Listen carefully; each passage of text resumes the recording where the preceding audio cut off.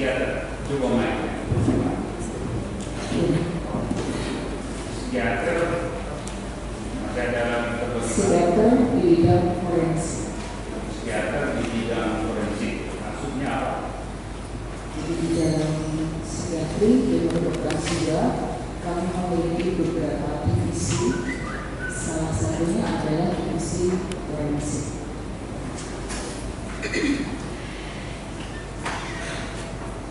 Jadi biasanya ini psikiater ini atau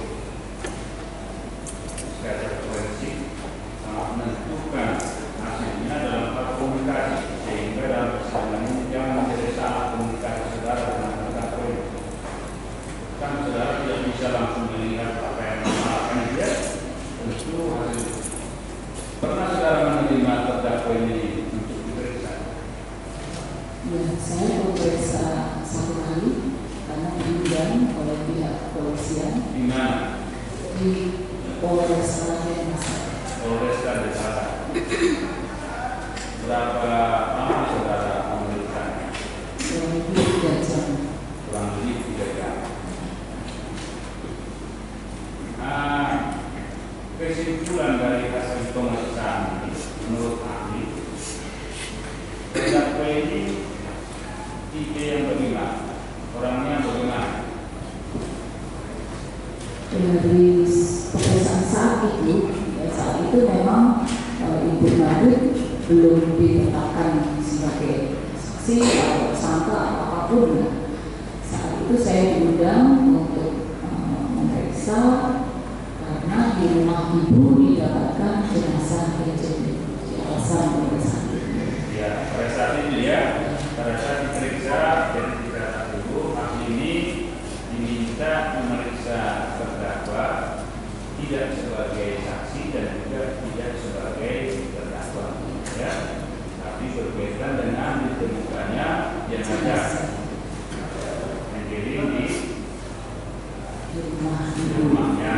Ketika itulah ya, sekarang hasil dari pemeriksaan ibu terhadap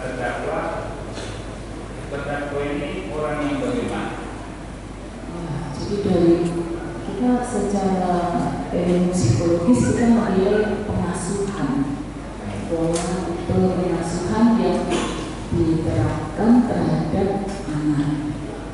Khusus saat itu yang saya dapati adalah ibu termasuk orang yang disiplin, jadi sangat kuat memegang teguh aturan-aturan, sehingga untuk anaknya itu diterapkan hal yang demikian juga, harus disiplin, harus mengikuti aturan-aturan, karena tujuannya supaya anak ini jadi baik, dia bisa mandiri, dia bisa jadi orang yang baik-baik. Terus? Kemudian,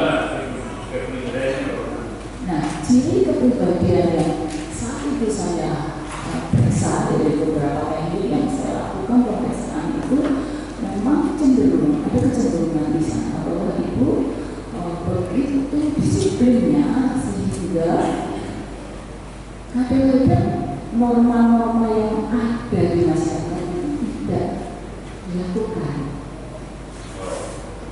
Norma-norma di dalam masyarakat itu tidak dilakukan karena disiplinnya. Karena begitu disiplinnya ini Maksudnya disiplin yang bagaimana ini dibandingkan dengan disiplin pada rajinnya disiplin yang bagaimana ini sehingga ini melebihi disiplin.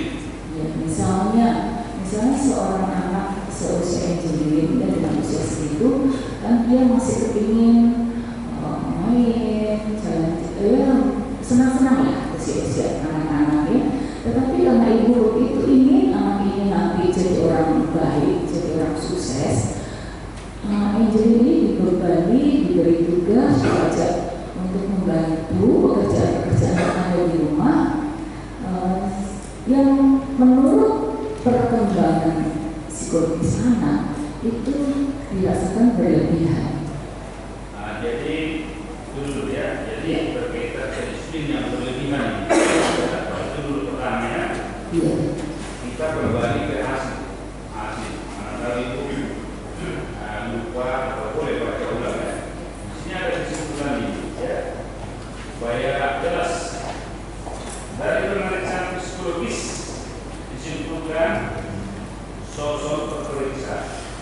Ini ya, referensinya adalah wanita dengan gangguan kepribadian yang kurang yang tidak dapat melakukan pengasuhan dengan baik,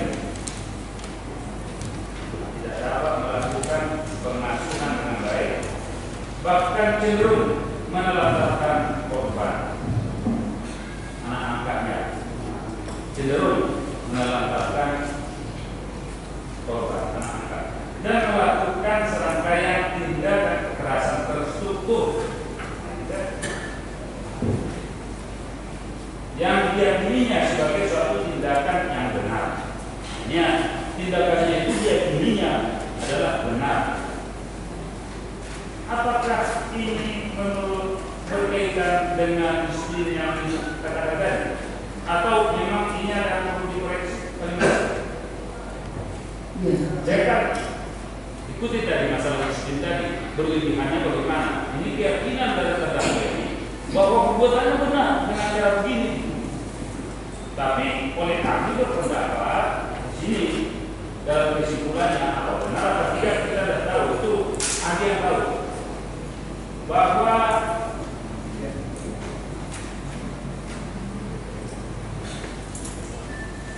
terdakwa tidak dapat, kalau disimpulkan tidak dapat melakukan pengasuhan dengan baik, bahkan cenderung menelantarkan korban anak angkatnya dan melakukan serangkaian tindakan kekerasan terstruktur yang diyakininya sebagai suatu yang benar, terperiksa layak dan mampu menjalani proses pendidikan karena pada saat periksa tidak didapat kewenangan jiwa.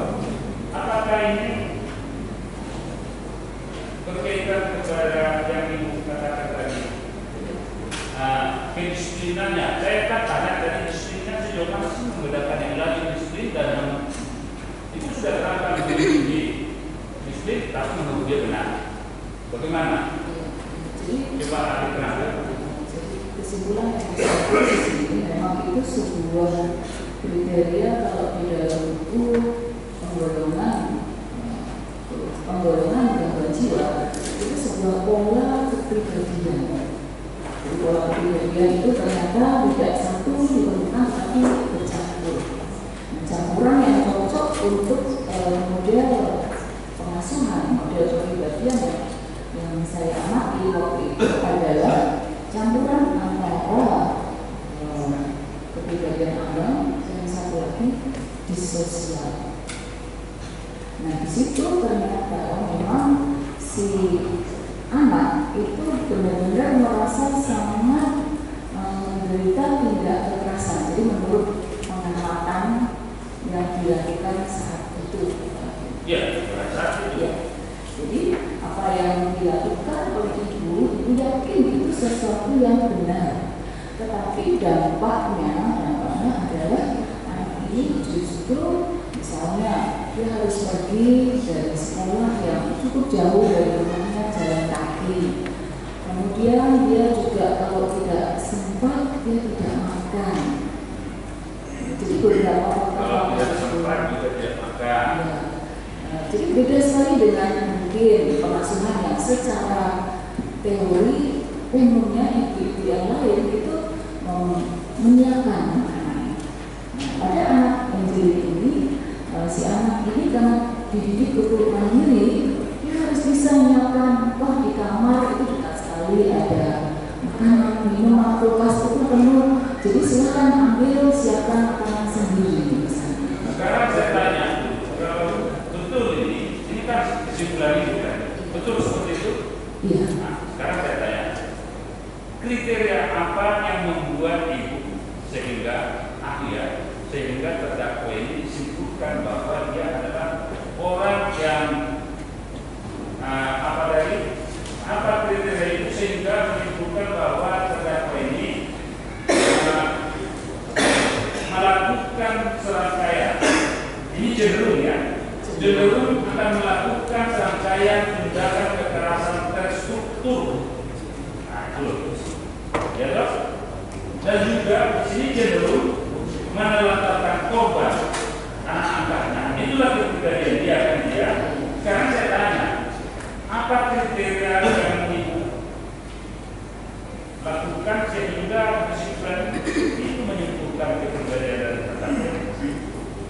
Ya, jadi dari beberapa pemeriksaan yang saat itu kami lakukan, ibu merasa melakukan itu benar-benar sudah benar, sudah baik.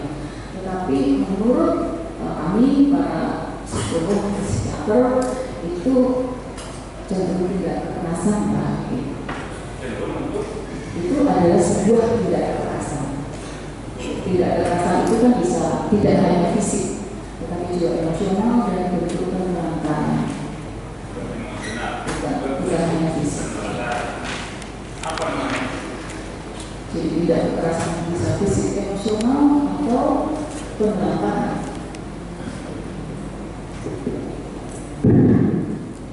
Waktu itu tidak menjadi terdakwa ya?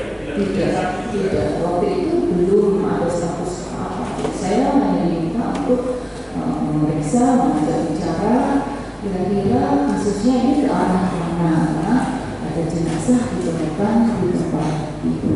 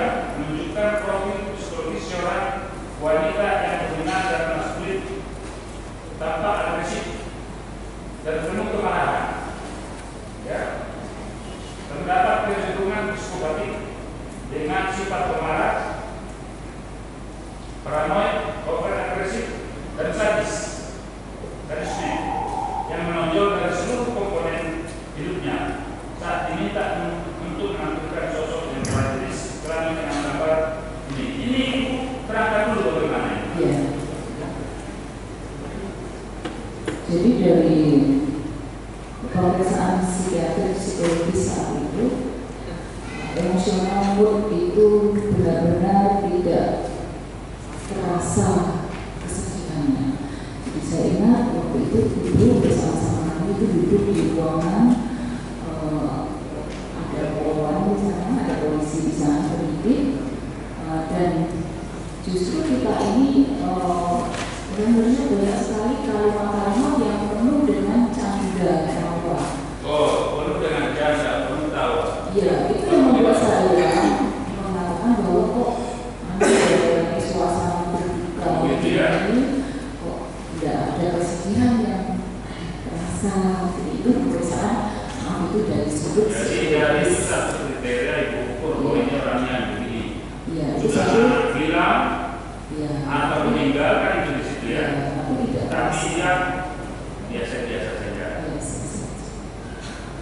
Jadi ukurannya waktu itu ketiganya bercanda, bertawa, ada polisi. Jadi kita sedang ada dalam satu ruangan, kemudian sedang mengambil foto-foto ini di rumahnya istri. Jadi saat itu benar-benar tidak ada suasana sedih dan menegangkan seperti yang kita bayangkan.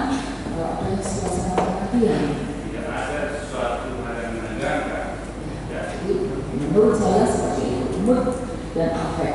Kemudian yang proses berpikir yang saya tulis di situ, kenapa agak kacau dan tidak sistematis, itu karena beberapa hal terlupakan.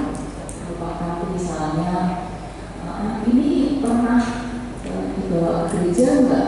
Kita tahu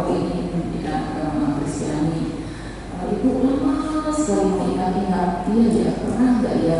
Jadi itu yang saya pikir banyak yang kurang sistematis. Jadi pernah nggak dibawa untuk dibaptis? Ternyata jawabannya terakhir lama sekali dikira kok iya belum pernah. Nah, terus pertanyaan berikutnya kok aneh Bu, masa sih nggak pernah dibaptis padahal kan sudah umur berapa ya? Oh iya, saya sibuk gitu. Jadi jawaban itu yang saya nilai itu kurang sistematis, agak kacau, kurang sistematis. Tetapi overall dari seluruh memori ingatan beliau sebetulnya cukup bagus. Tidak ada gangguan memori, tidak ada gangguan kesadaran. Nah, kemudian ada saya di sana dorongan instinktual masih cukup baik. Itu artinya kita punya dorongan insting, jadi selera makan, selera untuk minum, untuk merawat diri, untuk bisa tidur cukup sekian jam itu. Dalam wawancara hari itu saya dapatkan semua masih baik-baik saja. Jadi makanya saya di sana dorongan instinktual itu bagus. Maaf kelemahan satu yang di atasnya persepsi itu bagaimana kita menilai lingkungan kita. Pada itu semuanya masih bagus. Jadi tidak ada gangguan halusinasi, lihat sesuatu yang tidak wajar, yang mendengar sesuatu yang tidak didengar orang lain, itu semua tidak ada. Sehingga saya katakan persepsinya itu cukup bagus. Nah, yang menjadi poin hal yang paling panjang itu adalah dari pemeriksaan yang dilakukan misalnya melalui gambar. Jadi kita minta untuk gambar. Kami para psikolog psikiater kan biasa menilai seseorang itu dengan coretan tangannya. Ya, jadi gambar, saya bilang saya sudah gambar. Saya nggak usah gambar, saya nggak mau itu bilang. Jadi gambar apa saja terserah, boleh gambar apa saja. Nah, yang digambar saat itu benar-benar membuat kami semua yang ada di monitor terkejut. Karena ternyata gambarnya adalah seorang yang gambar yang benar-benar sangat marah. Sekali jadi gambarnya itu gambar orang yang sedang marah, yang sedang marah. Sehingga waktu itu saya tanya ibu, aku marah ya? Enggak, saya nggak marah. Terus saya bilang, ibu coba gambar balikannya deh, gambar seorang laki-laki sedang marah. Ibu bilang ya oke dia bisa bilang ibu gambar yang lain deh, yang kebalikannya dari ini. Oh iya ya, ini gambar orang marah. Jadi akhirnya ibu gambar yang sebaliknya begitu lembutnya, sangat jauh bedanya. Semua yang dilakukan gambar itu sebetulnya mempunyai nilai psikologis. Nah, memang sayangnya saya hanya periksa satu kali itu saja. Pemeriksaan berikutnya tidak diberi kesempatan oleh polisi karena memang itu tidak mau itu keberatan untuk diperiksa lagi. Jadi terdapat hal lagi. Ya, jadi menurut polisi tidak ada lagi. Jadi waktu menyayangkan hanya satu kali diperiksa karena menurut polisi terdapat tidak mau lagi diperiksa.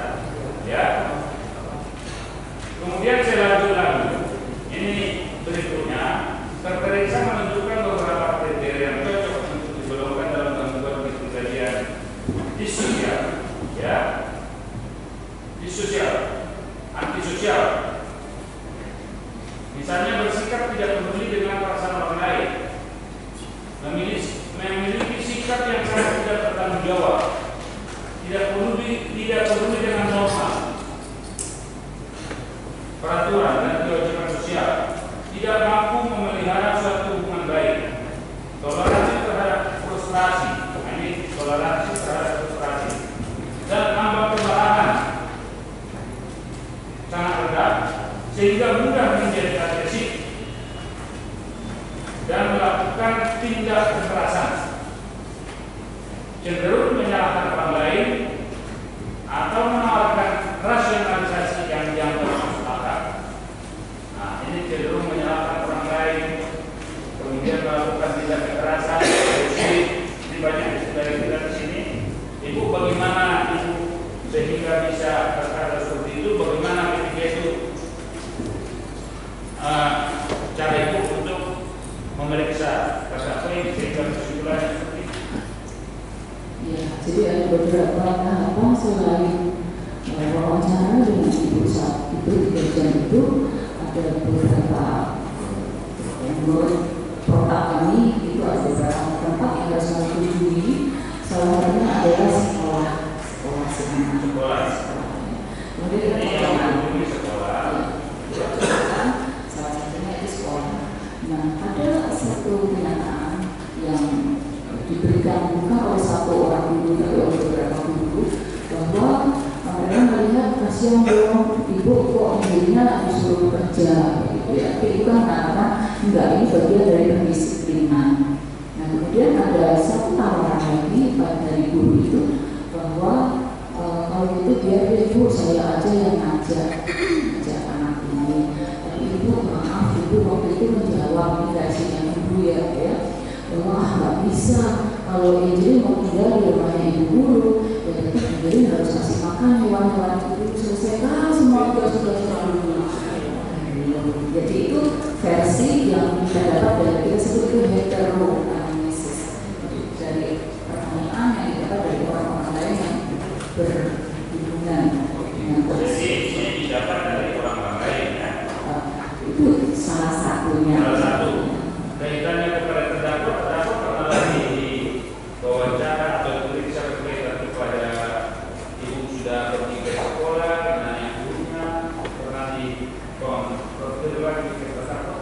Jadi dia pernah saya yang merasa satu kali itu saja. Nah, tidak lagi ya. Jadi kesimpulan ini berdasarkan pemeriksaan ibu dari luar dari sekolah. Tidak. Pemeriksaan ini saya dapatkan kesimpulan dari wawancara. Oh, wawancara. Wawancara ada terdakwa. Ada. Ya. Wawancara dengan siapa ya? Wawancara dengan ibu. Oh, ini. Dengan ibu Mendes. Wawancara langsung dengan sendiri. Kemudian di sini lagi perperiksa juga memiliki beberapa kriteria gangguan kepribadian amal musik, yaitu memiliki pola hubungan interpersonal yang tidak stabil atau kemudian terdapat perilaku yang impulsif, langsung bertindak tanpa memperhatikan konsekuensinya, memiliki mood atau suasana perasaan yang tidak stabil, sulit untuk mengendalikan diri, termasuk mengontrol kemarahan. Kemudian, ini bagaimana Ibu menyimpulkan ini sehingga begini hasilnya? Ya, jadi memang ada beberapa yang disampaikan ke ibu pada saat Angelin itu dinilai nakal. Beberapa bulan sebelum ditemukan jenazahnya meninggal, ibu cerita bahwa ini anak tambah nakal, tambah menjengkelkan, sering membuat kemarahan-kemarahan.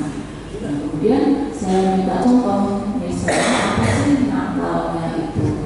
Nah, contoh yang saat itu saya dapat dari ibu adalah dia tidak mau buat tugas, dia tidak mau memberi makan ayam hewan-hewan peliharaan yang ada di rumah. Jadi itu contoh-contoh yang disampaikan oleh ibu. Nah, kemudian kalau saya tanya kalau memang sampai seperti itu, apakah yang dilakukan, apakah ada hukumannya? Ya itu mengatakan kalau keterlaluan ya saya cubit, saya pukul, tapi itu jangan-jangan. Dan itu pun hanya di sebatas kaki, paha, dan badan, kadang-kadang. Jadi secara langsung ya? Iya, saya tanya waktu itu ya saya sekarang kapan Ibu meminta lagi agar terdakwa ini diperiksa ulang? dalam pemeriksaan Dan ini saya. polisi kan tidak mau karena terdakwa Majelis diperiksa satu kali, menurut kami semua bohong. Sebab itu waktu mau diperiksa 2 kali, kami keberatan. Itu masalahnya, jadi cuma 1 kali. Oh, gitu. Nanti akan kita buktikan. Nah, jadi ini aja keberatan ya. Jadi keberatan diperiksa untuk yang kedua kali. Iya. Mau minjem juga Bukan. majelis.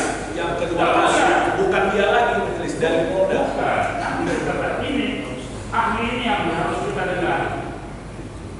Yang lain-lain ngapain harus? Saya kira walaupun kok jadi ribut begini, ini saudara. Nanti kami akan tanyakan. Bukan. Ini kan pemerintah sekali benar. Tidak usah. Dan untuk apa sih kita mendatangkan ahli di persidangan ini? Ya tujuannya untuk memberi ibu tidak perlu khawatir. Ibu yang sudah pernah memberi keterangan ahli sekali Saya sering ya keterangan. sudah. Ibu harus percaya diri masalah itu. Ya, Bahwa bagaimana di persidangan itu yang memang begitu ya. saya hanya memberikan keterangan seperti yang saya dapat. Iya, yang perlu saya tanya tadi kriterianya apa itu sehingga mendapat seperti itu. Tadi sudah dicatat ya, satu persatu sudah. Itu cara dari ibu ke terdakwa. Ya. Kita lanjut lagi.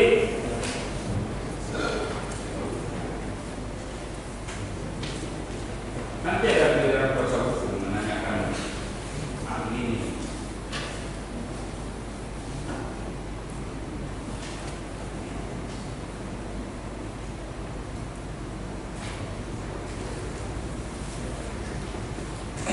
Sekarang dari seluruh kesimpulan ini, ya, seluruh uraian tadi, ibu menyimpulkan.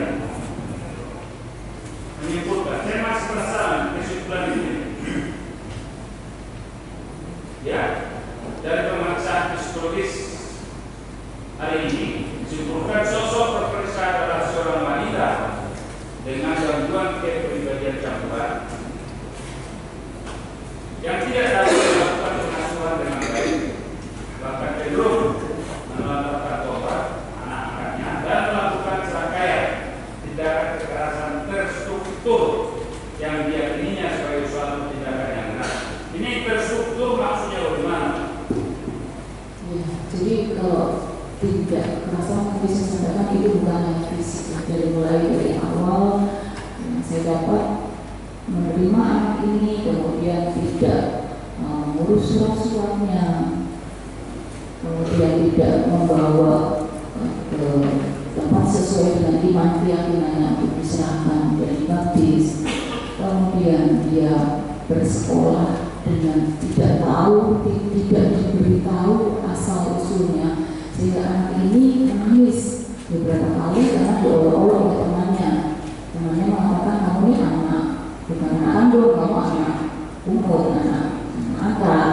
Dan itu setiap kali nanya ke ibu tidak pernah mau menjelaskan. Ya, saya tahu mungkin itu terikat perjanjian dengan orang tua kandung si anak, ya. Tapi menurut kami secara psikologis itu juga sebuah penelantaran, karena anak itu menjadi kabur asal usulnya, tidak tahu dia itu siapa.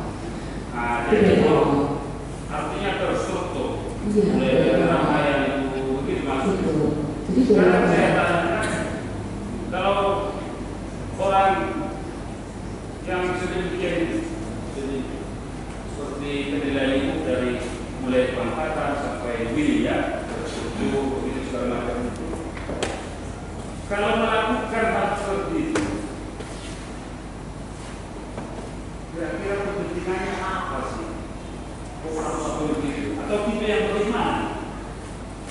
Ya, mungkin sebetulnya kalau secara psikologis saya jawab sesuai pendapat saya, ya. Sebetulnya maksudnya orang tua baik, karena dia tidak ingin anaknya ini malu, dia adalah anak angkat. Sebenarnya Ya. tujuannya itu baik. Ya, semua orang tua berpikir lebih baik saya katakan bahwa saya ini orang tua angkat, orang tua kandung.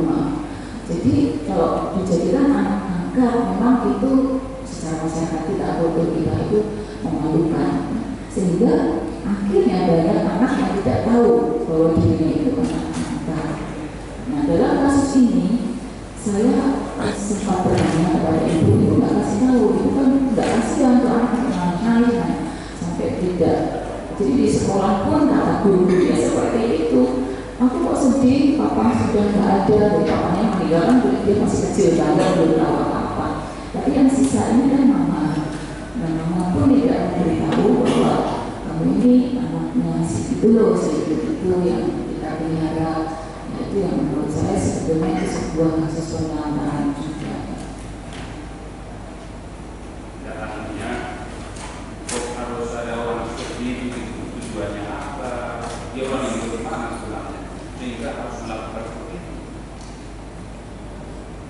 Seperti saya bilang, sebetulnya kalau dilihat dari segi hatinya ya baik-baik saja, supaya nanti anak itu mau Pemahaman dia baik-baik saja. ya, tapi memang dari segi si korban, si anak, kita sudah sampai sekian banyak anak, mereka itu sebetulnya sedih kalau dia bukan kandung, tapi itu tetap lebih baik daripada tidak diberitahu. Jadi ini tidak ada celah di satu. Tidak sebenarnya. Kalau pertanyaan kalau kita kepada pemeriksaan Lebih dari 50 pribadi yang sosial mana ya?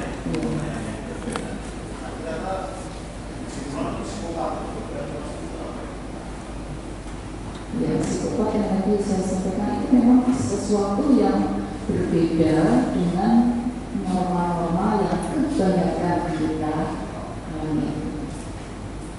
Khususnya pada saat dilakukan wawancara ini, mana logika berpikir dari terperiksa yang dakwah ini, normal seperti orang biasa, hal lain yang bisa lain daripada yang lain. Dan itu normal-normal saja.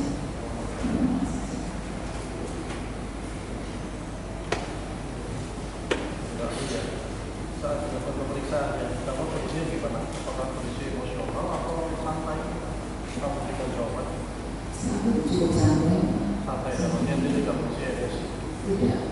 Karena saat itu kan tidak ada status apa-apa. Dia hanya dimintain datang karena kebetulan jenazah Angelin ada di rumah itu. Ya, namanya dia memberikan keterangan Ya, tentang tekanan apa adanya tanpa tekanan sama sekali. apa adanya yang Apa adanya. sesuai dengan kriteria dia sendiri. Jadi ada psikopat dasarnya apa sebenarnya? Ya, ada beberapa hal yang tadi saya sampaikan bahwa benar-benar apa yang sudah terjadi di masyarakat itu tidak dilakukan. Contohnya, Nah, misalnya si anak ini dengan usianya yang sekecil itu harusnya dia lebih banyak kesempatan bermain-main.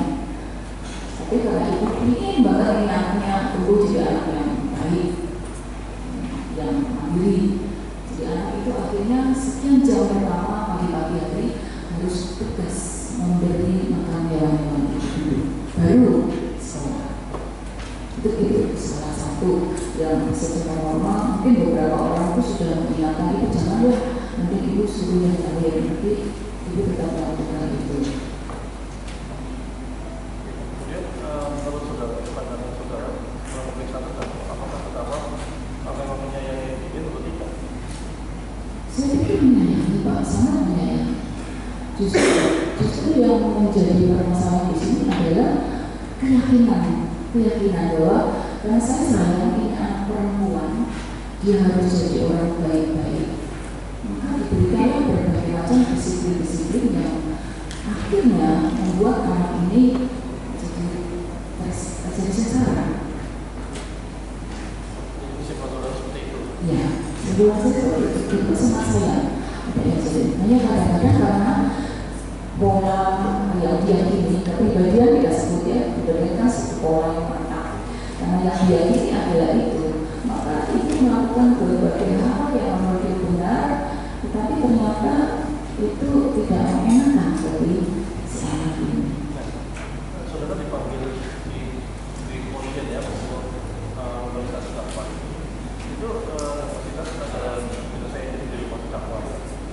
Kan begitu. Kantor polisi maksudnya, di kantor polisi. Makanya saudara dipanggil di sana karena saya ini jadi terdakwa. Iya. Karena kapan terdakwa bukan terdakwa itu jelas. Karena kan statusnya bukan sebagai saksi, bukan sebagai terdakwa. Karena kapan terdakwa gimana? Ya, memang waktu itu yang saya tanyakan adalah ibu mencurigai siapa sampai anak ini meninggal dan ternyata terkubur di dalam rumah. Sebelum kejadian itu, jadi sebelum ditemukan jenazahnya, saya pernah datang ke rumah itu mengantar Ibu Menteri Pemberdayaan Perempuan, Ibu Yohana. Tetapi saat itu ibu tidak ada di rumah, jadi rumah terkunci dan kita hanya diterima oleh security. Jadi saat saya tanyakan, padahal ternyata tidak jauh-jauh ibu ditemukannya Angel di dalam rumah sendiri, tapi ibu mengatakan bahwa iya ini kurang ajar, pasti si Agus yang membunuh anak saya. Jadi kecurigaan saat itu memang mengarah begitu. Jadi kenapa mencurigai Agus yang melakukan hubungan terhadap itu? Iya. Terus ada hal lain misalnya terkait dengan penolong bahasa itu? Ya secara logika memang saya bertanya, kita menjadi bertanya-tanya setelah bertanya itu karena berkali-kali ada masuk di media massa bahwa ibu menutup erat rumahnya, tidak diperkenankan orang lain bernama masuk lagi, apalagi kalau nanya-nanya yang menyudutkan menurut ibu begitu. Nah terakhir yang saya katakan adalah saya mendampingi ibu karena benar, padahal malah sebelumnya kita berkoordinasi, ibu berjanji akan menerima ibu menceritakan di rumahnya, tapi ternyata tidak. Situasinya apa? Dia tidak mau menerima tersebut tidak mau apa? Analisa sosial kesejahteraan. Iya, analisa saya ada sesuatu yang belum terungkap di sini, yang ditutup-tutupin sampai ibu merasa tidak nyaman sekali orang bertanya tentang anak ini. Itu simulasi ada sesuatu ditutupi sehingga itu tidak nyaman. Iya. Gitu ya. Silakan jaksa.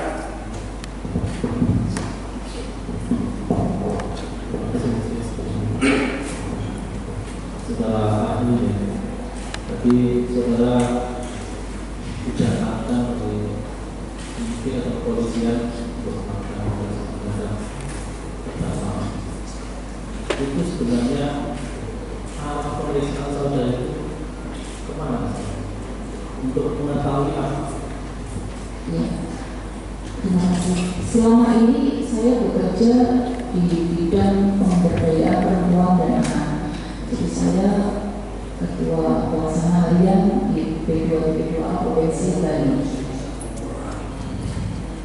Saya sudah mengikuti kasus itu dari mulai pertama kali anak ini diberitakan hilang oleh media massa.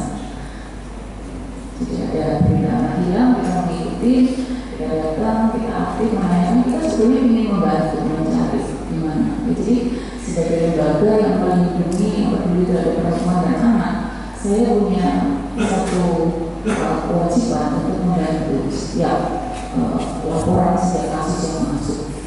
Nah, tetapi memang sampai hari kemudian itu kami tidak berhasil bertemu dengan keluarga. Jadi maaf, waktu itu yang tidak mengizinkan adalah polisi. Jadi dari polsek tidak mengizinkan kami, tidak pernah memberikan izin apapun untuk bertemu, sehingga saya juga tidak pernah bertemu dengan ibu sebelum pemeriksaan Polresta pada hari itu di rumah kami. Nah, teknik pemeriksaan kalau di dalam dunia psikologi psikiatri itu kita memakai wawancara interview yang mendalam. Jadi wawancaranya itu sudah memang terstruktur, itu ada dalam pelajaran kami, sehingga kita menemukan berbagai kunci bahwa oh ternyata ini loh yang dirasakan, yang dialami oleh ibu, kenapa sampai menghalang-halangi orang yang ingin masuk, ingin bertanya, ingin membantu. Jadi itu yang kita pakai teknik wawancara. Kemudian ada teknik yang gampang sekali adalah dengan teknik menggambar. Tentang menggambar, dari gambar itu tidak mungkin dibohongi. Ada gambar-gambar yang benar-benar menyiratkan ya dia seperti ini. Dan itu kalau kita proses ke psikiater atau psikolog yang lain kurang lebih hasilnya sama. Ada pemeriksaan yang lebih detail lagi, itu tidak bisa dilakukan karena tertutup. Tidak ada lagi kemungkinan tidak bisa lagi diperiksa, sehingga tahapan berikutnya tidak. Jadi sampai sangat level itu saja. Iya, hanya pada level. Untuk mengetahui apa sebenarnya melakukan wawancara dengan terdakwa apakah sehat jasmani atau untuk mengungkap pelaku pembunuhan? Tidak, saat itu targetnya penyidik sebetulnya mengundang saya datang adalah karena laporan dari sebuah lembaga perlindungan anak bahwa ada dugaan nih ibunya menelantarkan anak ke arah sana. Jadi berdasarkan sebuah laporan dari sebuah lembaga hari-hari sebelumnya tidak ada laporan itu, sehingga pada saat jenazah ternyata ditemukannya di rumah ibu sendiri, itu yang membuat kita pun mengundang juga dia ajak bicara apa sih yang terjadi dengan keluarga ini. Tapi pada akhirnya kan saudara menjadi ahli di bidang kejiwaan terhadap gimana saudara menunjukkan bagaimana tadi disampaikan ada keyakinan yang berlebihan bisa menjadi mensyaratkan pihak lain yang seluruh itu sopan jadi saudara sebutkan seperti itu. Apakah ketika orang sekolah ini melakukan kegiatan yang diyakini benar dalam ilmu psikologi itu masih bisa kalau yang pada akhirnya menjadi tidak pidana, diyakini benar itu menjadi tidak pidana. Apakah terhadap mereka sekolah itu bisa dipertanggungjawabkan secara pidana keahlian secara psikologis, secara psikiatri, psikopat itu kan tipe. Jadi sebuah tipe kita punya berbagai macam tipe. Misalnya tipe yang sangat pendiam, ada tipe yang sangat cerewet, ada tipe yang lain. Salah satu jenis tipe. Saya tidak bisa menggunakan hanya satu itu, makanya saya buat itu campuran. Ada komponen psikopatnya ada komponen impulsifnya yang saya bilang ambang tadi. Jadi impulsif itu sesuatu langsung bereaksi. Sehingga sebuah tipe yang campuran. Nah, secara hukum tipe-tipe seperti ini tidak ada sangkut pautnya dengan boleh disidang atau tidak, karena ini bukan gangguan jiwa. Jadi bukan gangguan jiwa yang membuat seseorang itu tidak bisa ditanamai di persidangan. Kalau menurut Anda kapan gangguan jiwa itu tidak bisa disidang itu seperti apa? Ya, gangguan jiwa yang tidak bisa disidang adalah gangguan jiwa berat. Salah satu tandanya adalah dia tidak bisa membedakan realita dengan yang tidak realita. Jadi misalnya sampai dia melihat sesuatu yang benar tidak lihat, kita sebut itu halusinasi. Dia punya satu keyakinan yang salah sehingga memberi ketakutan luar biasa. Yang kita sebut itu sebuah gangguan waham. Jadi kalau sampai pada tahapan tidak rasional, tidak realita, baru dikatakan itu gangguan jiwa berat yang tidak mungkin bersidang. Terima kasih yang mulia. Pertanyaan kami lanjutkan langsung kepada ahli. Saudara ahli ya, kami akan menanyakan hal yang lain yang kemudian ini sesuai dengan keahlian saudara dan juga berkaitan dengan perkara ini.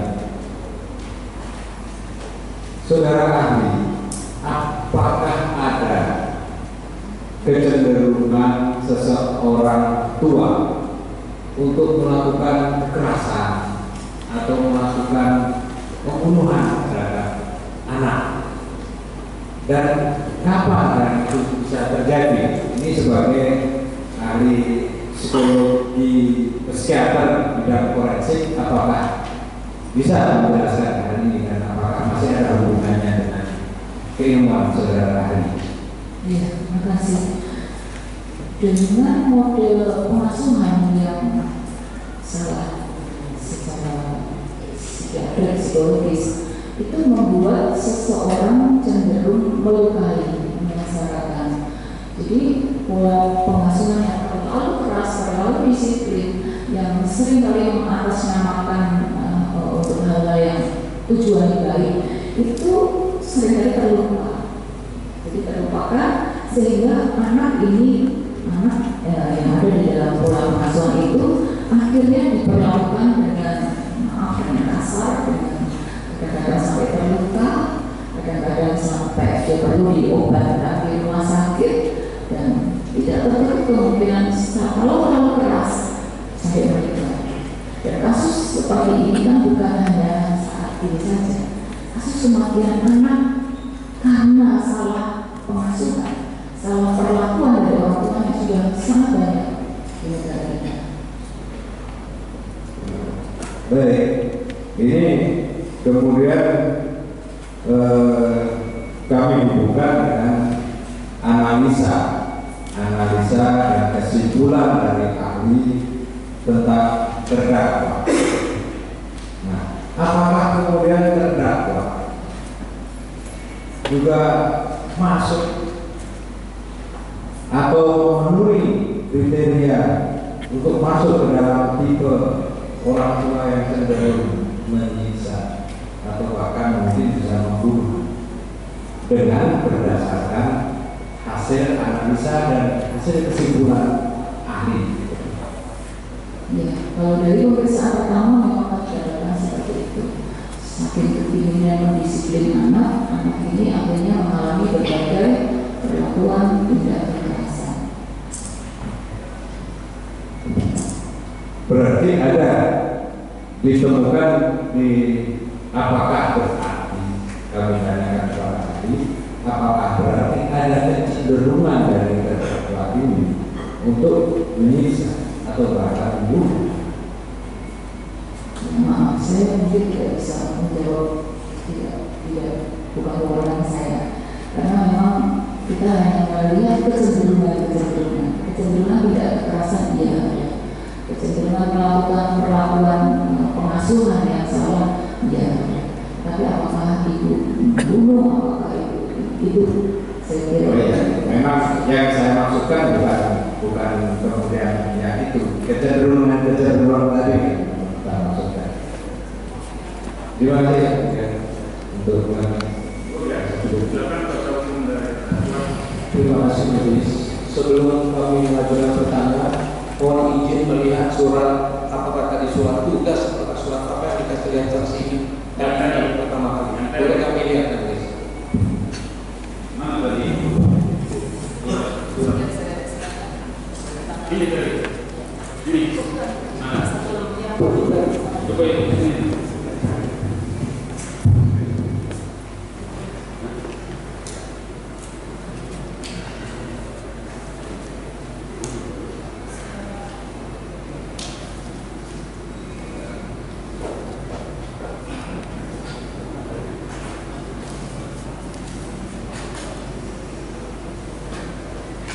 Oh ini bukan.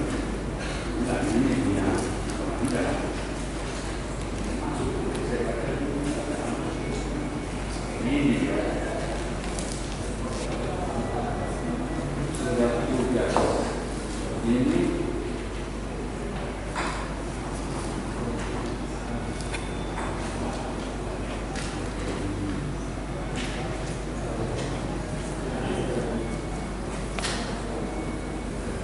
Ini dari apa? Rumah sakit pusat sana dan pasar.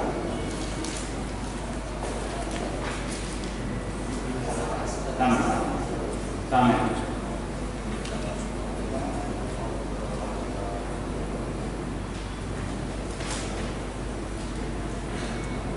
Empat orang seperti itu dalam satu surat.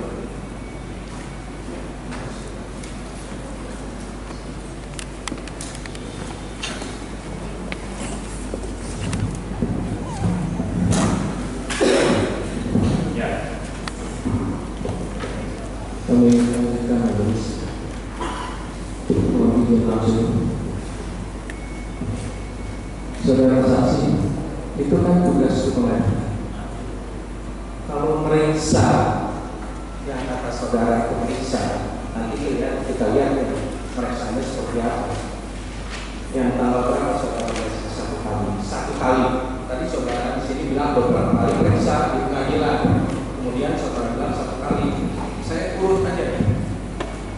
Waktu saudara melakukan pemeriksaan di 10 Juni, itu gimana sih ceritanya sampai saudara cuma bisa periksa terperiksa ini? Iya, saya ditelepon oleh polisi dari Polresta Denpasar waktu itu karena didapatkan ternyata jenazah ternyata Angeli ditemukan sudah meninggal di dalam rumahnya. Saudara kenal sama polisinya?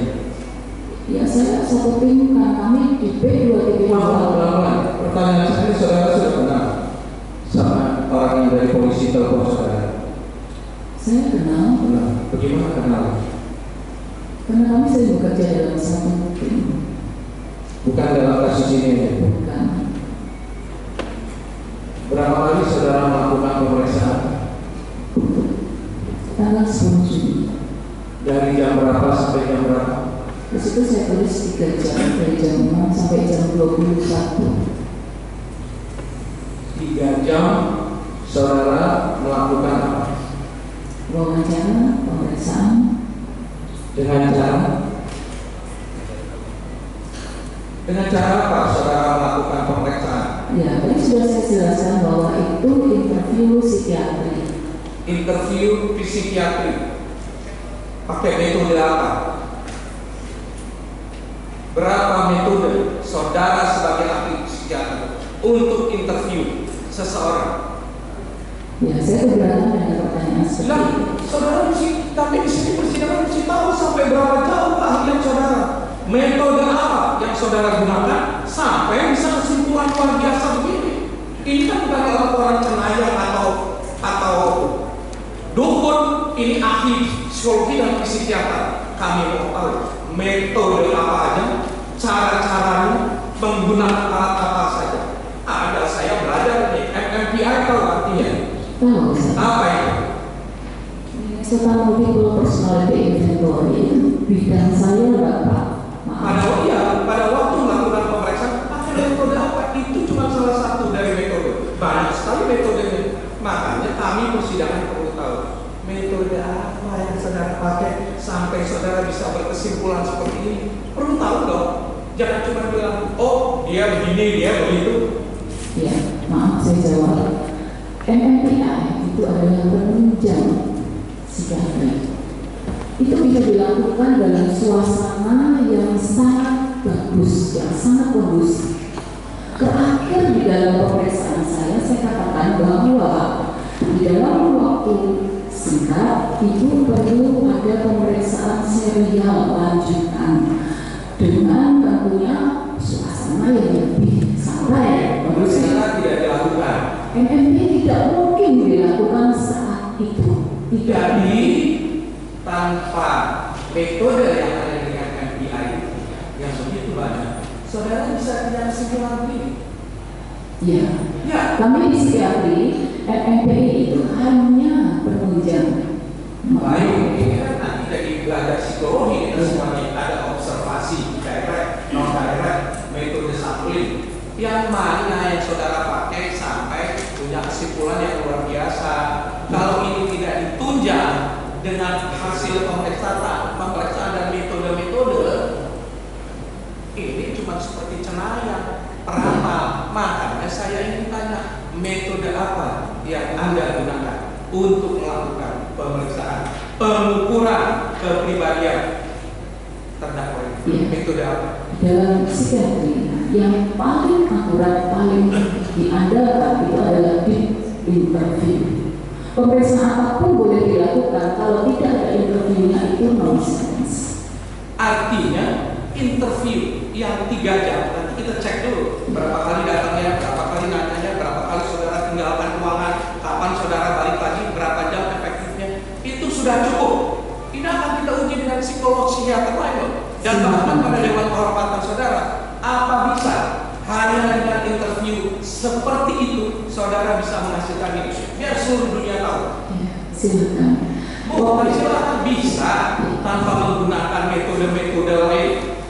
Ya, interview memang kekuatannya Hanya bisa. interview saja. Interview dan pemeriksaan namanya pemeriksaan gambar. Saudara jawab dulu, metode apa interview saudara? Ini kan pengukuran kepribadian. Pengukuran kepribadian bukan yang saudara lakukan. Ya, tadi sudah saya jelaskan. Saya hanya punya waktu 3 jam. Justru itulah pertanyaan saya. Dengan 3 jam itu Anda sudah bisa mengeluarkan kesimpulan yang luar biasa. Kawan saya bilang ini bukan luar biasa, ini luar binasa. Anda bisa cerita panjang lebar ada kehidupan dia. Jadi pertanyaan saya, dengan 3 jam yang nggak jelas metodenya ini, hanya interview, saudara bisa bilang seperti ini. Bisa kita uji dengan para psikolog dan Dewan Kehormatan saudara. Ya, jadi silakan, karena memang setiap kali pemeriksaan kami harus menulis, dan tulisan seperti itu yang saya hasilkan saat itu. Oke, waktu saudara melakukan pemeriksaan, karena menurut ini majelis hakim yang terhormat, terdakwa ini tidak diperiksa, tidak ada wawancara. Anda cuma kasih kertas suruh gambar, itu menurut dia, terus Anda tinggal, Anda balik lagi. Banyak polisi mengawasi di situ. Sekarang Anda bisa bilang tertawa-tawa, tidak ada begini-begitu. Jawab lagi nih, bisa dijawab nggak? Dengan metode apa? Secara psikologi dan psikiater, metode apa yang Anda lakukan di dalam pemeriksaan kepribadian terdakwa ini? Ya, sebetulnya kalau Bapak menanya seperti itu, Bapak mengintervensi. Bukan itu semua mau hasil cenayang atau psikiater.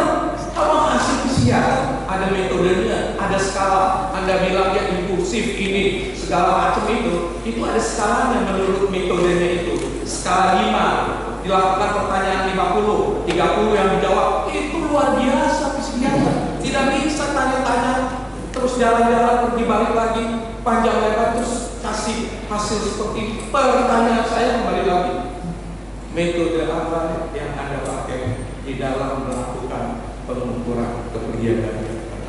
Kalau tidak mau jawab, tidak bisa jawab. Tidak apa-apa, ini kesampaikan. Saya mempunyai beberapa saksi waktu itu bahwa Saya itu tidak menjawab pertanyaan. Saya cuma tanya di dalam melakukan pemeriksaan pengukuran kepribadian sampai bisa dalam psikopat macam-macam begini. kami punya penggolan. Jadi begini aja, jangan berputar-putar. Bertanya juga jangan terlalu panjang-panjang supaya si pasien jadi bingung kalau Bapak sendiri yang ngomong. Pertanyaannya sederhana saja, metode apa? Jangan Bapak menggantikan metode aku. Jadi saya memeriksa Bapak itu berdasarkan metode penggolongan gangguan jiwa. Jadi ada yang namanya mini. Ya mungkin Bapak belum pernah lihat, tapi itu ada kami lakukan mini. Mini itu begitu singkat, gampang dimengerti dan cukup itu untuk mewawancara. Tetapi kami sudah dibekali dengan berbagai macam ilmu, sehingga kalau saat itu tidak merasa diwawancara, itu sebuah kelebihan dari ilmu jiwa. Oke. Hebat saudara ya. Wawancara, orangnya tidak tahu diwawancara. Ya. Wawancara itu tertulis ya. Dibikin BAP nggak? Dibikin rekaman? Ada buktinya nggak? Ya, saya membuat itu diri saya. Itu perlu dibawa majelis kami mohon supaya kembali lagi ini bukan laporan cenayang atau perang. Ini adalah hasil observasi psikiater berdasarkan metode ini, metode ini. Inilah data-data dan buktinya.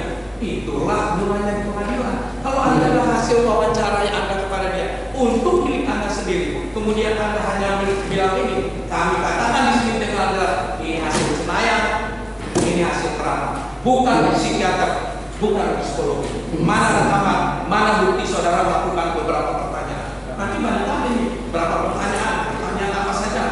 Kami akan uji dengan psikolog. Mana ada?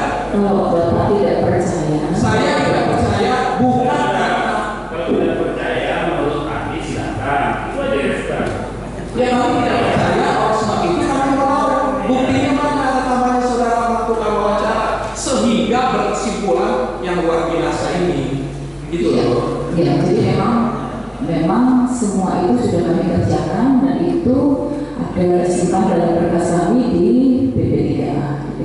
Saudara keberatan kasih ke pengadilan. Keberatan. Kenapa keberatan? Ini sidang terbatas kok tidak ada rahasia di pengadilan ini. Bagaimana ini bisa dia pertanggungjawaban kalau tidak ada dasarnya, tidak ada datanya? Ya, itu tidak pernah dilakukan sebelumnya, maaf. Ya sekarang ini, apakah saudara bersedia pada sidang selanjutnya membawa bukti bahwa saudara melakukan pemeriksaan ini sesuai dengan hukum psikiater dan psikologi. Mau nggak saudara tahu? Iya, terserah kalau diminta oleh Bapak Hakim. Kami minta. Kalau diminta oleh Bapak Hakim, saya Kalau kami yang minta, tidak bisa. kenapa tidak bisa? Ya, saya keberatan. Kenapa keberatan? Ada alasan dong. Ada alasan. Silakan. Ya sudah aja, ya ngapain Kenapa ketawa? Malu ya?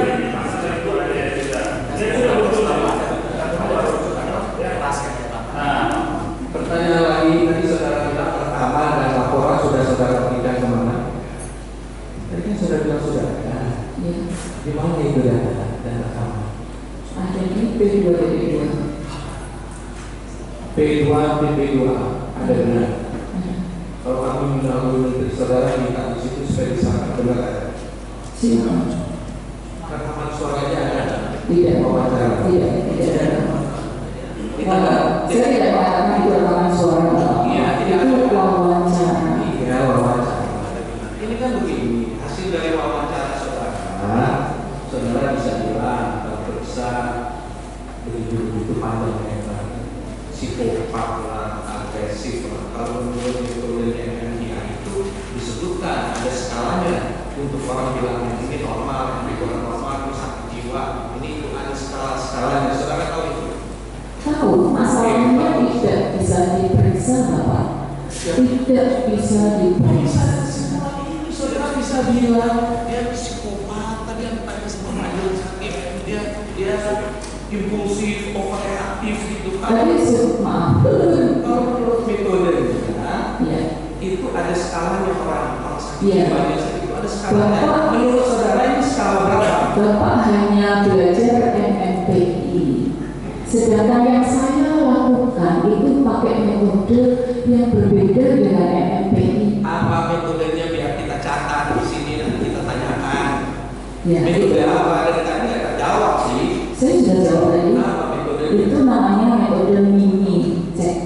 Mini cek, cukup 3 jam wawancara. Lebih kalau 3 jam. Hah? Waktu 3 jam itu kelebihan untuk sebuah Kelebihan makanya. Berapa lama untuk dengan teori itu saudara bisa bilang begini? Ini pertanyaan jawaban. Iya. Jadi kalau Bapak cocokkan, kami mempunyai buku pedoman penggolongan dan diagnosis gangguan jiwa. Jadi pedoman itulah yang dipakai sebagai acuan. Setiap kali pemeriksaan psikiatri mengacu ke sana. Pemeriksaan yang Bapak minta MMPI itu bisa dilakukan kalau Ibu setuju, dan itu memakan waktu berjam-jam. Jadi saudara pakai metode yang ini tadi. Ya karena memang waktunya sangat sedikit. Saudara tadi saudara bilang ibu ini tidak setuju atau setuju apa sih? Pertanyaannya sekarang, apakah ibu memberitahukan pada terperiksa ini? Ada ini loh metodenya. Mana yang saudara pilih? Menurut pengetahuan saya, harusnya seorang pemeriksa seperti ini. Menurut pengetahuan saya, nggak tahu kalau ibu bilang tidak, asal hanya ada, bahkan tidak bilang itu suatu pemeriksaan. Iya, Bapak maaf. Waktu itu Bapak belum ada.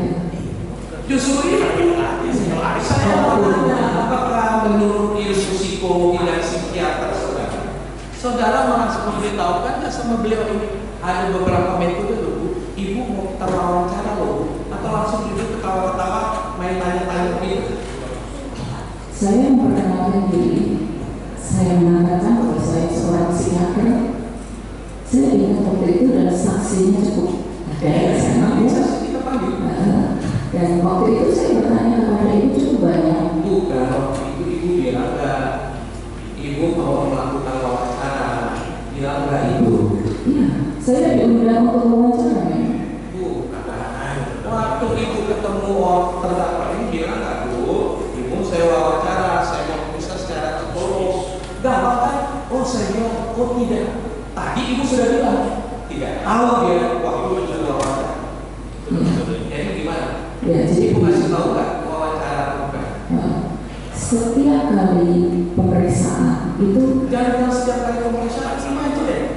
Pemeriksaan sekali ini gimana? ya saya diundang untuk memeriksa. Saya tanya kan gampang, saudara periksa ini, ngomong nggak, saya ini psikolog, saya mau lakukan wawancara. Gampang kan? Saya mengatakan, kalau ibu sampai tidak ingat ya itu bukan salah saya, Bapak. Iya, nggak apa-apa, itu kan banyak perbedaan. Berapa pertanyaan yang ibu lakukan? Nanti bilang nggak boleh tahu lah, ya susah ya Bu. Kalau kita mau nanya hasil pertanyaan ini bagaimana didapat, ibu tidak mau ngomong. Berapa pertanyaan yang ibu lakukan? Kurang lebih 50 Bapak Ibu. Jawabannya berapa?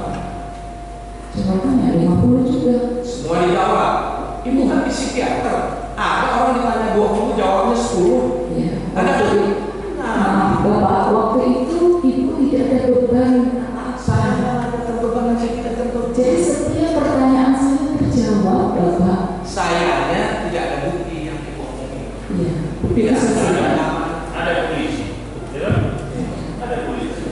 kita belum dengar tadi. Kita dengar tadi. Nah, Tapi kan saksi ini tidak bisa memberikan hasil wawancara. dokumennya yang tidak diberikan sih. Dokumen itu yang tidak ada. Iya betul. Cuma kalau waktu nanya itu ada polisi ya. Itu ya. Oke boleh. Nanti kita tanya polisinya tahu berapa boleh. Selama ibu di dalam itu, saudara ahli ya, berapa kali keluar masuk? keluar masuk. Ya. Tidak, saya tetap ada di rumah. 3 jam di dalam terus saja kita dulu. Bukan dikasih gambar kertas, gambar laki-laki dengan anak perempuan terus itu tinggalkan. Nanti ada saksinya yang ngomong ini. Saat itu saya dipanggil oleh Bapak Kapolres. Nah, ini tuh ada 3 kalau satu ditinggalin. Oke, saya dipanggil untuk ke ruang sebelah dan saya berkenan menggambar. Kemudian saya datang lagi, gambar itu sudah selesai. Tapi saya minta gambar satu lagi dan gambar yang satu lagi ada di depan saya. Sekarang tuh ibu berkeberatan menunjukkan gambar itu dengan sini. Iya, karena tidak diminta Bapak. Ya sekarang kami minta. Kami itu bagian dari persidangan untuk menerangkan keadaan yang sesungguhnya. Bersediakah ibu memberikan itu di dalam Ya, persidangan? kalau diminta Bapak Hakim saya bersedia. Kalau kami tidak ya, tanpa alasan keberatan ya. Keberatannya tidak ada alasan ya. Selama ini tidak pernah ada yang meminta saya untuk dokumen selengkap-lengkapnya karena itu adalah hal dokumen pribadi. Jadi sudah terima aja nih hasil cenayangan saudara ini. Kalau Bapak tidak percaya bahwa Bukan saya saya kesalahan begitu. Ya. Artinya kalau saudara bilang tidak pernah ada yang minta, baru sekarang yang minta. Semua hanya percaya dengan hasil laporan saudara yang tidak didukung alat bukti wawancara. Gitu. Oke ya? Iya, saya keberatan dengan pertanyaan Bapak. Saudara bilang tadi, cuma kami yang minta, yang lain tidak pernah minta. Apakah itu berarti karena semua tidak meminta alat bukti pendukungnya, mereka hanya menerima begitu Anda kasihnya tanpa alat bukti pendukung, mereka terima? Ya, alat bukti itu milik kami. Ya, kami tidak terima. Nggak tahu persidangan ini mau terima seperti ini. Ya, terima kasih. Oke, ini kan saudara banyak sekali ceritanya ya. Cerita macam-macam seluruh kejadian. Waktu saudara psikolog, psikiater memeriksa di dalam benak saudara sudah banyak ceritanya. Saudara diperiksa 10 Juni, berita kehilangan tanggal berapa? 16 Mei. 16 Mei sampai 10 Juni berapa lama ini? 2 minggu. 3 minggu ya. Baca TV, dengar TV, lihat TV, lihat semua, tahu ceritanya, yang bohong semua itu. Cerita-cerita yang ada itu saudara udah tahu waktu wawancara. Ya, kan kita ada punya berita. Itu yang dengar ya. Saudara satu kantor sama itu siapa? Siti Sakura. Tidak. Saya di jalan Mawar. Saudara, Ini juga akunya dari situ. Bapak, maaf, itu namanya P2 Provinsi Bali. Provinsi Bali. Saya ada di jalan Melati Bogor. Saudara nggak kenal sama Siti Sakura. Pikir dulu nih, pikir dulu. Saudara kenapa? Ya, saya kira pertanyaannya tidak perlu dijawab, Bapak. Gimana Siti Sapra tidak ada di sini. Kenapa? Siti Sapra tidak ada di sini. Saudara kenal atau tidak yang namanya Siti Sapura? Saya kenal. Ya sudah, susah sih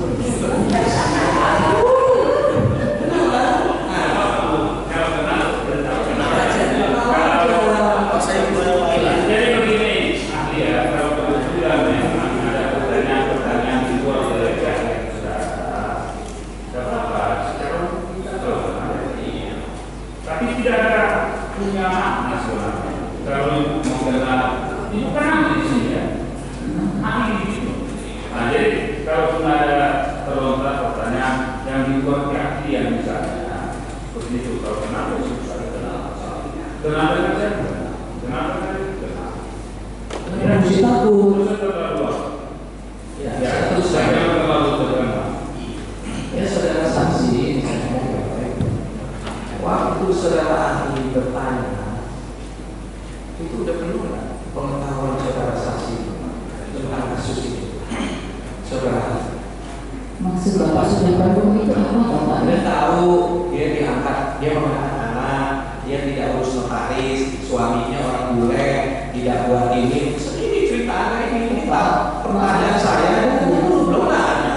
Ini pertanyaan saya adalah yang saudara jelaskan ini dengar dari Siti Sapura, dari TV, dari koran, yang tadi saudara bilang kita tahu banyak berita, atau hasil wawancara? Saya menulis apa yang saya tanya ke Ibu. Jadi saya tidak menulis koran Bapak. Saya menanyakan ke Ibu. Saya tulis makanya sayangnya catatannya nggak ada kemarin. Catatan TV, catatan koran banyak. Makanya pertanyaan saya, kalau ibu bilang anak itu menangis minta-minta tahu orang tua kandung, dari mana ibu tahu? yang cerita Ibu Marta. Iya, kata ibu ya. Nanti tanya ibu. Boleh sih. Semua ini cerita ibu Marta ya. Saya tidak pernah menulis yang tidak diceritakan oleh Ibu Marta. Jadi ini semua hasil. Kalau saya menulis data ini karena saya bertanya Bapak. Iya. Makanya saya mau tanya. Dan ahli datanya. Iya, ini menyangkal semua, tapi kan diskusi terus kalau ini semua yang Anda bilang itu bohong. Makanya kalau ini bilang A, ini bilang B, mana bukti rekamannya, caranya, metodenya, supaya kita tahu. Ibu pembohong. Harus itu ibu. Dari saya sementara cukup. Mohon izin lanjutannya boleh. Saudara saksi ini psikiater kan ya? Kalau psikiater itu yang dipelajari kejiwaan orang mati atau orang hidup. Jawab ya. Psikiater belajar kejiwaan. Kejiwaan Pada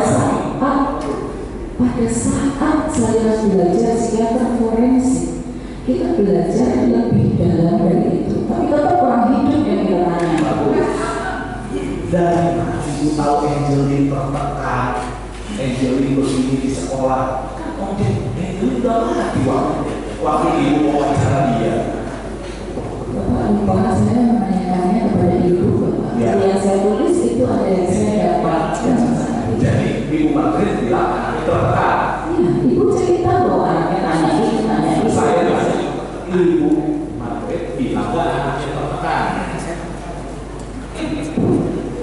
Bilang Bapak. Di mana bilangnya? Ditanya, apa sih pertanyaan ibu? Sampai ibu Margaret bilang, kan ibu bilang dengan keahlian ibu sebagai psikiater bertanya, yang ditanya nggak sadar sedang ditanya.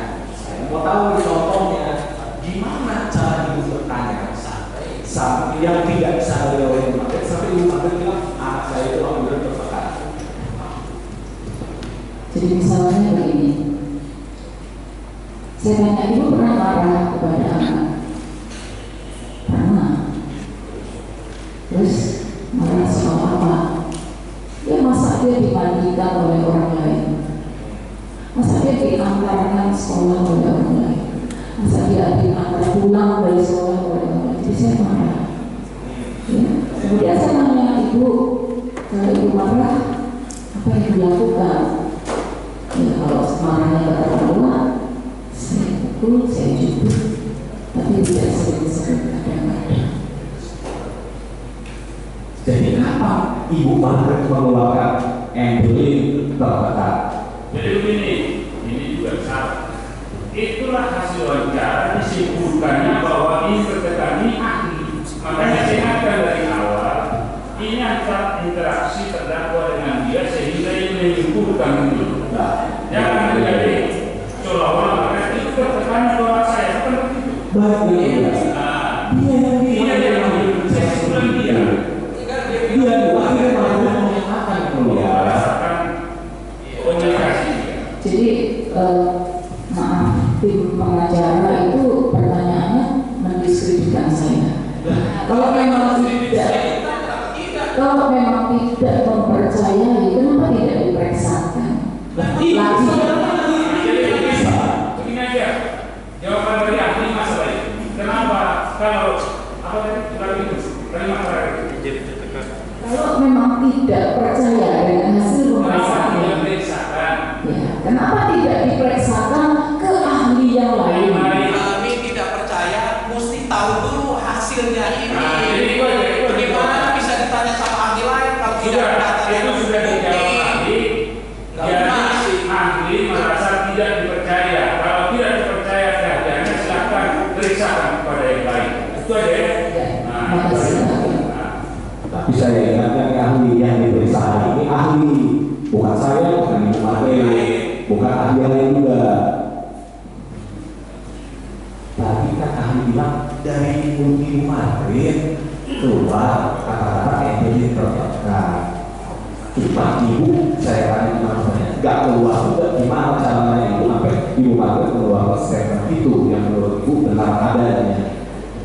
Nah, saya tanya, pemeriksaan dilakukan 1 kali, terus Ibu bilang, sehingga saya tadi saudara ahli ini bilang untuk menyimpulkan hasil pemeriksaan ke sekolah juga, benar? Ya, jadi kita mengantar bulan ini wawancara bukan karena saya tanya sekolahnya betul, ya. Jadi hasil pemeriksaan itu adalah hasil pemeriksaan yang dilakukan saat itu. Kalau misalnya ada pendapat orang lain masuk ke sana, itu adalah hetero analisis bukan pemeriksaan. Nah, di sini ada di laporan yang dibuat ini Ibu ahli, ada nggak masuk hal-hal di luar dari wawancara dengan Ibu Margaret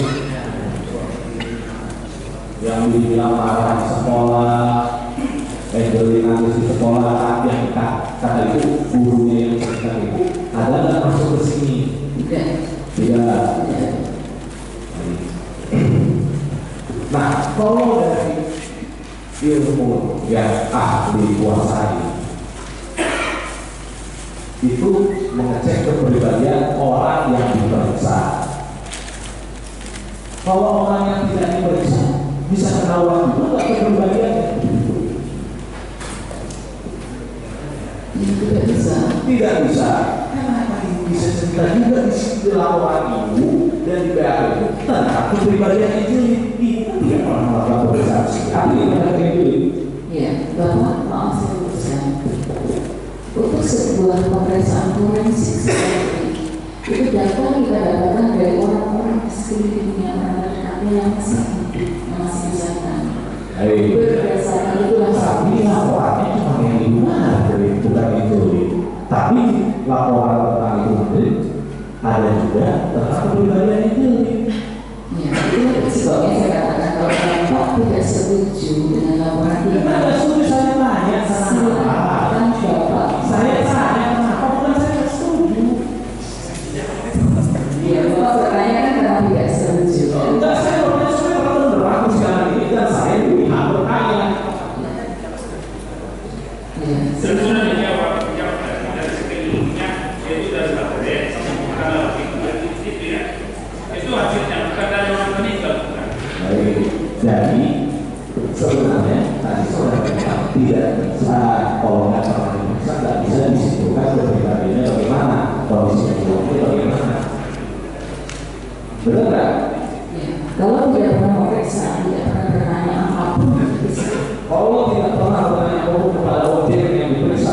Bisa tidak dikawin berbeda? Secara prinsipnya bisa. Secara prinsip bisa. Berdasarkan data dari sebelah-sebelahnya, maksud satu keluarganya. Kalau datanya salah, bisa salah hasilnya. Bisa salah. Baik.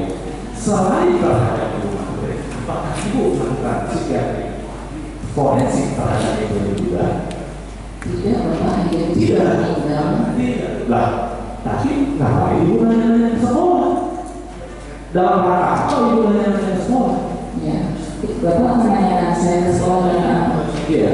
Ya, kan saya mengantar menteri.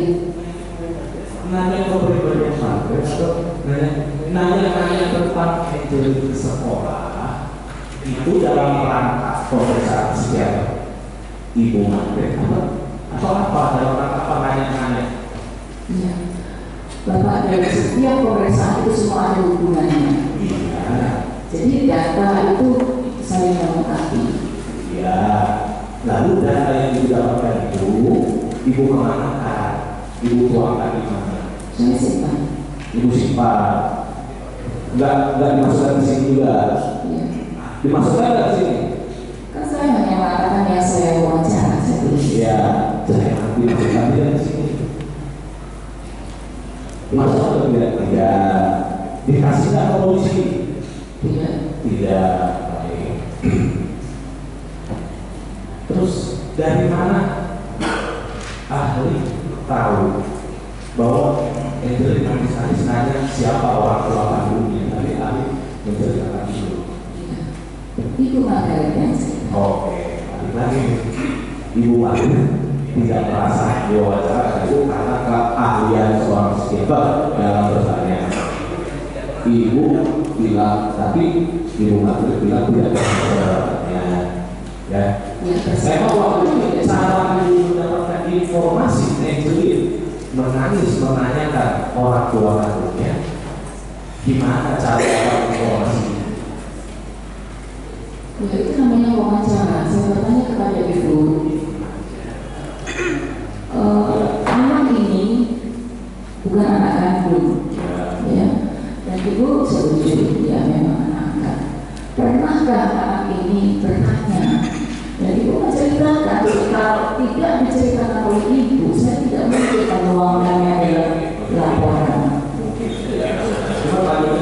Jadi ibu ini cerita.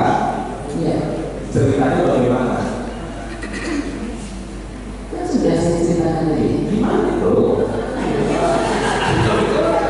Karena ada ceritanya tadi, bagaimana kalau misalnya dimandikan apa segala macam kan gitu ya, dijawab. Tidak kan? Ya boleh, kayak saya tanya.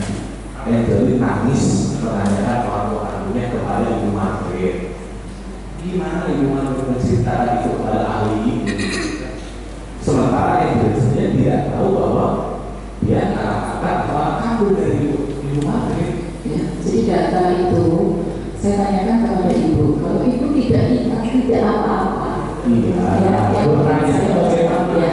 saya menanyakan begini. Ini pertanyaannya ibu. Ya, saya menanyakan begini, ibu pernah nggak anak itu menanyakan? Ya, dan saya yakin saya pernah saya mencatat itu bahwa Tidak lanjut lagi. Ya lanjut. ya, jadi karena ibu menjawab iya, ya saya tanya lagi. Pernah nanya, kemudian caranya nanya itu kayak apa ya, sambil sedih ya, nangis karena diolok-olok oleh teman-teman sekolahnya. Oh gitu, di orang sekolahnya apa katanya? Itu dia bukan anak kandung. Oh gitu, ada di orang sekolahnya orang bukan anak kandung. Kata siapa? Kata siapa? Benar ya? Ya kalau ibu sekarang mengatakan tidak ingat, ya sudah buat saya cukup. Itu ya apa yang penting ya? Harus sampaikan. Nah, sekarang saya tanya. Maaf Pak ya. Jadi setelah Angelin menanyakan, biasanya ibu akan menjawab, kamu percaya siapa? Percaya mama ini kandungmu. Jangan percaya teman-teman. Jadi ibu justru marah kalau ditanya. Baik, saudara ahli ini kan psikiater dan sebelum menempuh pendidikan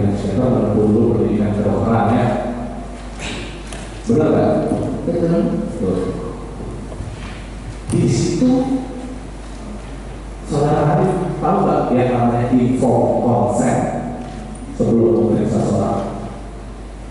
Ada memang. Ada informed consent. Apa itu informed consent? Persetujuan seseorang untuk dilakukan pemeriksaan. Baik. Dilakukannya informed consent oleh seorang pemeriksa terhadap pemeriksaan itu di awal sebelum mulai pemeriksaan atau di akhir atau di tengah-tengah? Di awal. Di awal. Benar nggak informed consent itu wajib dilakukan seorang pemeriksa sebelum melakukan pemeriksaan? Untuk di rumah sakit wajib. Baik. Untuk di kantor polisi? Polisinya yang ngurus. Polisinya yang mengurus. Itu mengikat juga nggak kepada dokter yang sudah menjadi psikiater? Ya, jadi karena yang meminta dari polisi. Saya nggak cerita kasus ini, saya tanya aturan mengenai informed consent mengikat juga nggak seorang dokter yang sudah menjadi psikiater? Informed consent diminta pada saat untuk pemeriksaan yang besar. Oke, saya tanya wajib nggak setiap pemeriksaan dilakukan informed consent terlebih dahulu oleh psikiaternya? Selama ini tidak wajib. Tidak wajib. Tidak wajib atau tidak dilakukan? Tidak wajib. Tidak wajib. Baik. Kepada individu ini polisi aja kalau memeriksa kasih tahu dulu saudara mau diperiksa bersedia atau tidak, itu wajib polisi. Sehat atau tidak, bersedia atau tidak, wajib ditanya orang yang diperiksa. Waktu meriksa itu materi akhirnya lakukan itu tidak. Ya. Yang meminta izin saat itu polisi. Saya tidak tanya polisi, tidak, saya tanya ibu. Nanti kalau dari polisi saya tanya polisi. Saya waktu itu menanyakan ibu, saya akan berbicara dengan ibu untuk beberapa data-data yang menyangkut. Jadi secara lisan saya minta izin ibu. Ya, baik. Baik. Secara lisan ibu meminta izin dengan cara ibu saya mau berbicara untuk meminta data, bukan untuk memeriksa kondisi kejiwaan ibu. Bilang nggak saya memeriksa kondisi kejiwaan ibu? Tidak. Tidak. Cukup dari saya. Itu kan informed consent wajib. Tambah sedikit.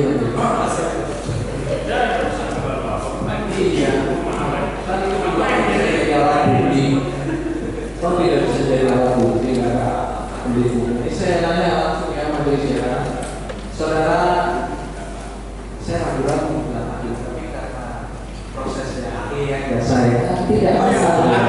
Tidak masalah. ahli yang tak perlu dijawab, yang dijawab, yang perlu dijawab ada yang ada perlu jawab ada komentar ya. Ini saya tanya nih, Anda bilang bahwa terdakwa ini wanita yang dominan, maskulin, tampak agresif, penuh kemarahan, terdapat kecenderungan psikopatik dan sifat pemarah, paranoid, over agresif, dan sadisme yang menonjol dari seluruh komponen hidupnya. Ini hasil wawancara. Bukan, itu hasil pemeriksaan tes menggambar. Gambar itu ya, oke, gambarnya nggak bisa dikasih tahu kan? Saya itu Anda bisa ngomong apa aja, oke. Terus saya tanya nih, yang tadi hasil dari gambar menyebabkan ahli berpendapat seperti ini kan?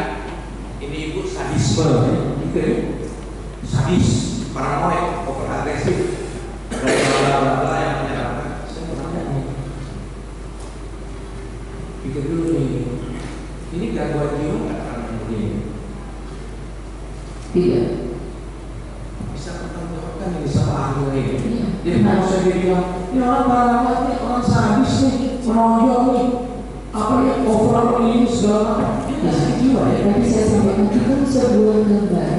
Itu penunjang. Bukan, saya nanya yang dibilang orang, nggak usah ibu ini lah.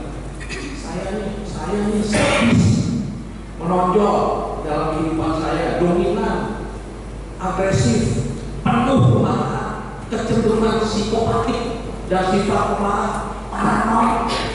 Ini termasuk rumah sakit jiwa yang seperti ini. Sakit atau tidak itu tergantung pemeriksaan, Pak. Tidak berdasarkan itu. Nah, kalau ada orang seperti ini, muter-muter nih, bukan pengacara yang muter-muter Anda, muter saya tanya, orang dengan seperti ini, kriteria seperti ini, termasuk rumah sakit jiwa? Enggak. Oh ya, sakit jiwa, oh tidak, selesai. Ya, Bapak mau mengarahkan ke sakit jiwa dulu ya.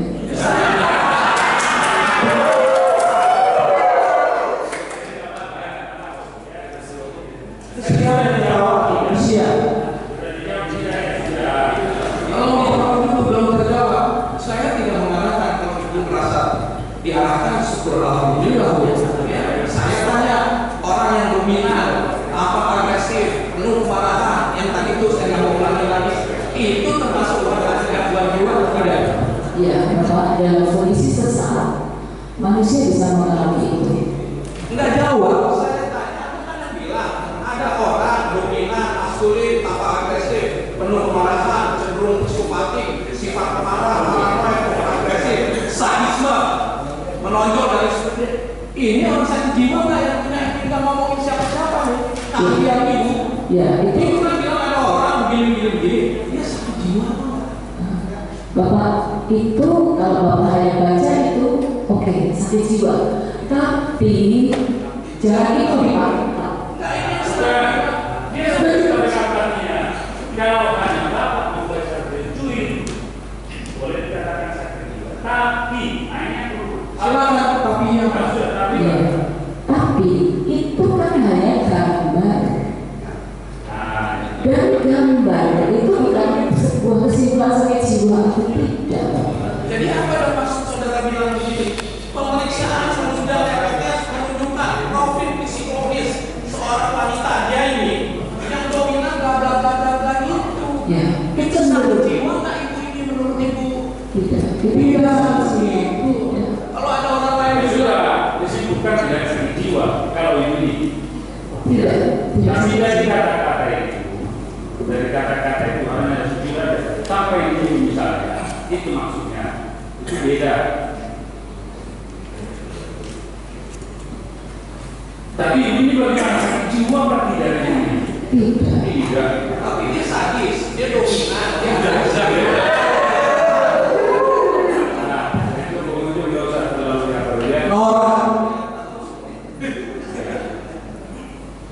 Coba lagi, saya belum selesai habis. Kalau ada orang dominan, maskulin, apa agresif, itu orang sakit jiwa enggak? Tidak. Maskulin kan bagus kan? Yang sadisme, menonjol, paranoid, over agresif, sadisme itu orang sakit jiwa. Kalau dilakukan dia sakit jiwa, tapi kan itu kan gambar Bapak. Maksudnya? Yang Bapak baca itu, yang Bapak baca. Oke. Jadi ibu ini tidak bersifat itu. Yang Bapak baca itu adalah gambar. Tapi saya tanya sekali lagi, Margaret ini sakit jiwa atau tidak? Tidak. Tidak. Itu dia. Jadi ini juga psikiater mengetahui. Jadi ada kata-kata ini apa maksudnya? Ibu ahli, ibu bilang bapak ini dominan dan maskulin, bapak agresif, penuh kemarahan, cenderung psikopatik, sifat pemarah, over agresif, paranoid, sadisme. Ya, itu sebuah ciri, sebuah warna dari ibu saat itu, saat pemeriksaan. Saat pertanyaan, Saat pemeriksaan. saat pemeriksaan. Kalau si ibu memeriksa seorang anak, sadis saya dulu gitu, ibu kasih pendapat seperti Ya, itu akan berbeda kasusnya. Ya, walaupun belum tentu benar dia seperti yang ada di sisi. Itu makanya saya bilang itu kan gambar. Sehingga kesimpulan saya adalah kecenderungan. Dan kecenderungan itu bukan sakit jiwa. Kecenderungan itu adalah ciri warna.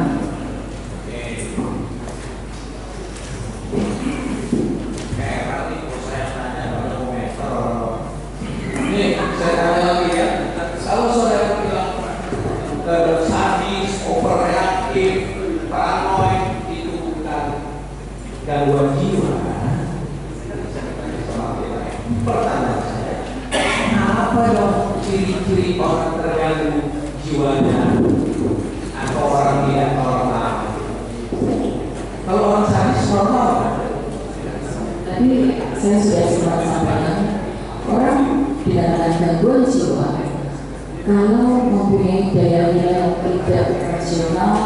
tidak realistis, dan itu dibuktikan dengan berbagai macam status pemeriksaan psikiatri yang positif. Misalnya, saya tidak bisa dibuktikan oleh ibu di dalam persidangan. Kembali lagi pertanyaan saya, bagaimana ciri-ciri orang?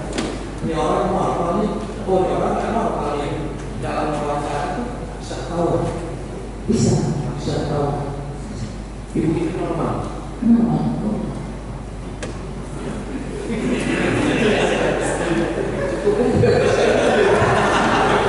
Terima kasih yang mulia, maksudnya ahli, ini kan ahli yang banyak, ahli psikiater yang banyak. Saya mau ini aja, ini saudara tadi menanyakan memeriksa dalam keadaan santai sehingga timbul kesimpulan seperti itu. Tadi ada kesimpulan tidak menunjukkan kesedihan, gitu. Hasil pemeriksaan tergantung situasi yang memeriksa.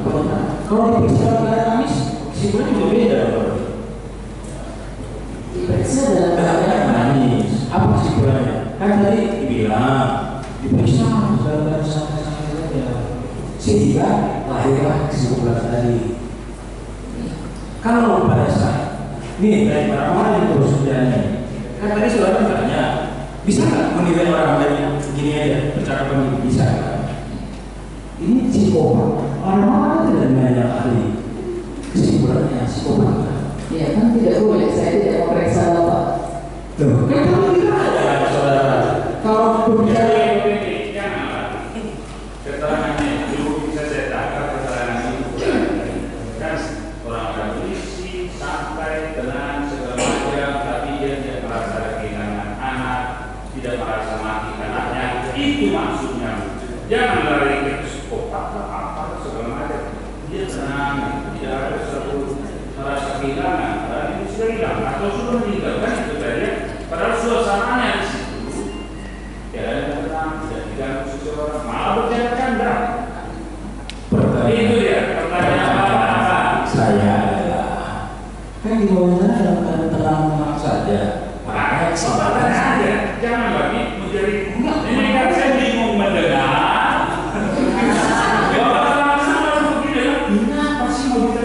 Yang mau saya tanyakan adalah kalau Anda mau wawancarai teman saya bahwa Anda marah-marah saja, apakah kesimpulan Anda juga bisa beda dengan situasi tenang-tenang saja? Ini kan ada nih, soalnya ada nih. Saya susah membedakan Anda dengan paranormal karena metodologi itu saudara tidak bisa ini. Pertanyaan saya adalah apa bedanya? Apakah bisa beda kesimpulan saudara mewawancarai orang yang tenang-tenang saja sama bicara orang yang marah-marah terus?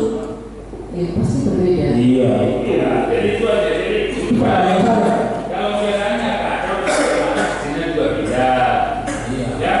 Pertanyaan saya berikutnya lagi. Ada jenis orang yang bilang ekspresif. Ada jenis orang yang introvert. Bisa saudara jelaskan? Apa itu? Itu ciri kepribadian. Ciri kepribadian. Kalau ekspresif apa cirinya? Ekspresi artinya pada saat dia menerangkan sesuatu, dia menerangkannya dengan ekspresi yang luar biasa. Menunjukkan suasana hatinya. Apakah itu? Kan itu ciri kepribadian. Apa sih maksud ekspresi? Ini saya tanya bukan soal. Ini saya tanya ke ahli saudara nih. Apa sih yang dimaksud? Kalau orang awam bilang dia tertutup orangnya, dia terbuka orangnya. Saya mau tanya ahli, apa sih ciri kepribadian orang yang ekspresif? Kalau cerita, oh lihat dulu di mana, dia lagi senang nih. Kan begitu. Apakah itu ciri orang ekspresif? Dia menunjukkan isi hatinya. Ekspresif itu sebuah ciri di mana dia menceritakan secara berlebihan. Cerita misalnya, kalau orang memberitakan, tadi di sana ada kecelakaan yang meninggal satu. Orang yang ekspresif menceritakannya dengan berlebihan, bukan berlebihan. Dengan dia bukan hiperbola. Hiperbola, mungkin istilahnya. Tapi ini ekspresi, jadi ekspresi itu berlebih-lebihan, melebih-lebihkan. Melebih-lebihkan, ya. Jadi pertanyaan bapaknya satunya introvert. Introvert itu kaitannya dengan keterbukaan. Keterbukaan artinya ada orang yang kalau dia punya masalah, dia tidak mau cerita kepada siapapun, dia simpan masalahnya itu sendiri.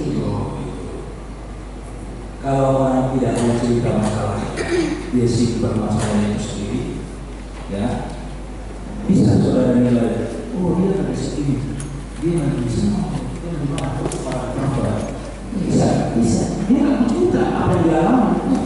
Dalam dunia kami ada cara apa yang kita ya, setiap wawancara secara dalam itu bisa membongkar apapun. Ini kan wawancara saja, saya kan tanya dari seorang ini, dia sudah mencerita apa yang dia alami, dia tidak menunjukkan kepada orang apa yang sedang dia alami, dia lagi sedih, dia lagi marah, dia lagi jengkel, dia tidak menunjukkan.